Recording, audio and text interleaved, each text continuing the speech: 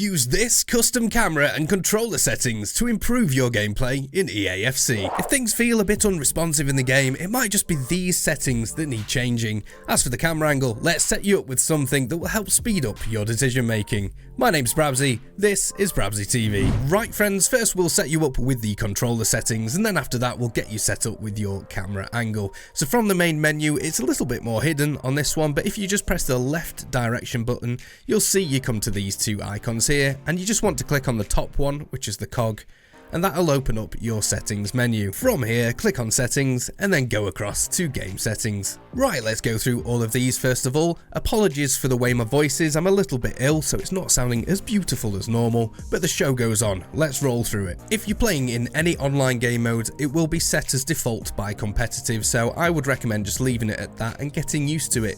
Even if you don't play online game mode, it means you can adapt quicker if you decide to in the future. Shot assistance assisted, may as well get some help where we can. Timed finishing, I do strongly recommend getting used to and implementing it in your game by practicing it until you can hit it pretty much every time. However, if you've no interest in that, if you just want to play without it, just remember to turn it off. Because I do see some instances when people are through on goal and then hit a red time finish.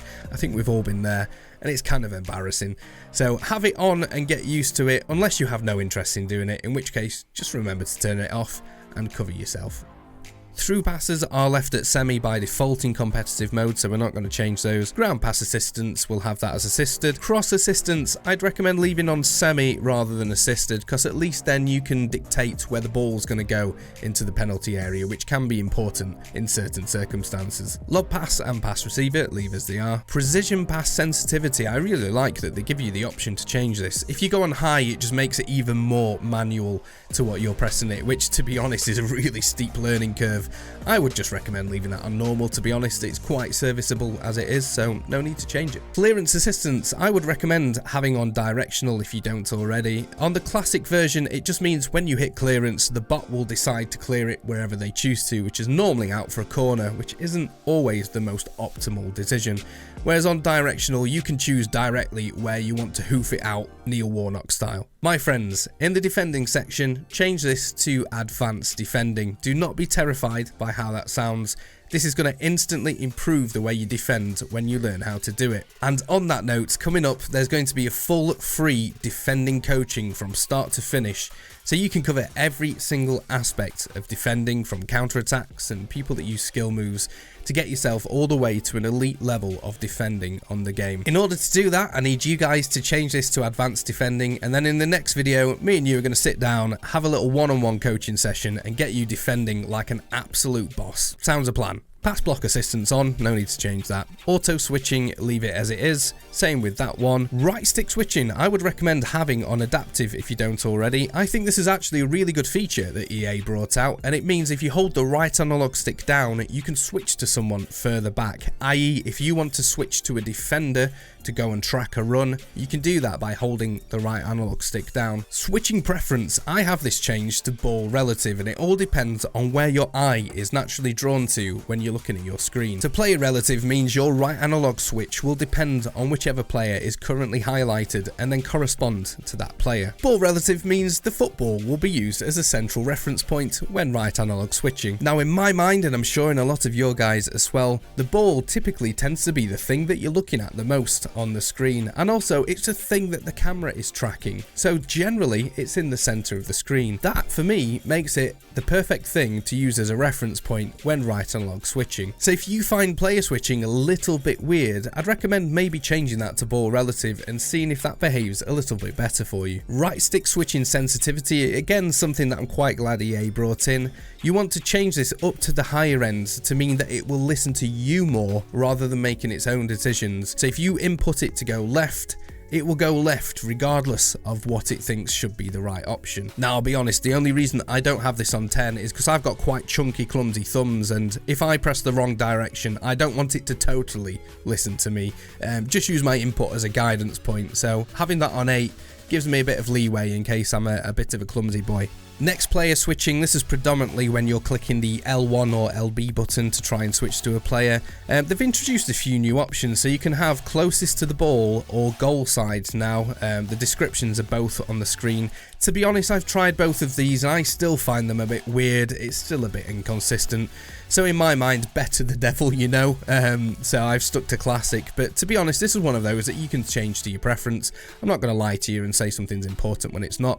Have a play with it, see which one you prefer. Player lock, I have this switched off. I know there'll be a few of you that use this feature, and to be honest, I'd love to as well. The only issue is there's something for me that outranks player lock. In this particular FIFA, and to be honest, in the last one as well, if you click the R3 button in while you're dribbling, your player will knock the ball forwards, which can be really effective when you're close to a defender and they're about to tackle you. So by clicking this R3 button in, you will effectively draw in a foul or dink it past the defender and run through on goal. I use that far more regularly and I find it far more important than player lock, because the issue is when you're holding the left analog stick down and then you click the right analog stick to use this dribbling technique, if player lock is on, it thinks you're initiating player lock. Now obviously if you use this feature a lot, then by all means turn it on and carry on using it, but for me I would just say try turning it off and using this dribbling technique the next time someone's coming to tackle you. Just click the R3 button if you're already sprinting at full pace, and it's really, really effective. Icon switching, turn on. It's a really good last resort if you're trying to defend a set piece and you want to switch to a certain player and for whatever reason it's not letting you do it. Orbit dribbling, this is another one I'm not going to lie about its importance too much. You can take it or leave it. It's a new feature, so I've left it on if I want to use it occasionally, but it's not too overpowered, so it doesn't really matter if you use it or not. Goalkeeper save assistance, I've turned to assisted. Any help they can give me, I will absolutely take it. Analog sprint, I would absolutely tell you to turn that off. When it's on, basically all it means is the further you hold the R2 button, the faster your player will run. Now the issue for me is you either want your player to be sprinting or not sprinting. You don't want any of this sort of halfway house stuff where it thinks you're holding the R2 button down half the way when actually you're holding it the full way, and all of these other weird things. So just turn it off and basically you're either sprinting or you're not. It's that simple. Trigger effect, my friends, this is a preference thing. I've turned it off because I think it's absolutely bonkers as to why you'd want your triggers to be even more harder to press down when your players get tired. Why make the game harder for yourself? If you like that sort of immersion on the PS5, then go for it. Otherwise, turn it off. And finally, vibration is preference as well. I don't like my controller buzzing every 2 seconds when something happens, but if you don't mind it, leave it on. That's absolutely fine. Okay, so those gameplay settings, hopefully it will improve the way the game responds to your input a little bit more, especially around player switching and defending. We're going to get onto that defending tutorial in a separate subject. Now we're going to jump onto the camera angle to set yourself up with something that will allow you to see more of what's going on the pitch. Okay, my friends, the camera angle I use is set up as a custom co-op camera angle. So let me explain why I find this so effective. You'll notice with all the other camera angles, pretty much every single one is set up at a diagonal angle to the pitch, which means that any sort of run channels and any shots and through balls, you kind of have to play at a diagonal angle when you're looking at it. On top of that, you'll notice with most of them, they're very heavily zoomed in, which might be nice for one-on-one dribbling, but it actually means you need to use your radar more when looking for who's free on the wings and who's free for your opponents when they're about to counter-attack you. Now, EA did try and address this with the introduction of a tactical camera angle, which does show you more of what's happening on the pitch. The only issue is this still has that diagonal angle where you're still not properly seeing all the different run angles. Co-op is a perfect middle ground of this. You can see both sides of the pitch on the wings, so you can see which wingers are free if there's any switch balls on, but you can also see your opposition to see if they have any counter-attacking opportunities that you need to be aware of if you lose the ball. On top of this, as discussed before, it's also central to the pitch looking dead on, meaning you don't have to try and calculate any of these diagonal channels that you're looking at on the screen. So what I recommend is changing it to co-op and then going to camera settings, turning that to custom, and then the height, I've changed this anywhere between 15 and 20. It varies depending on what home ground you're using, but 15 is a really nice sort of middle point.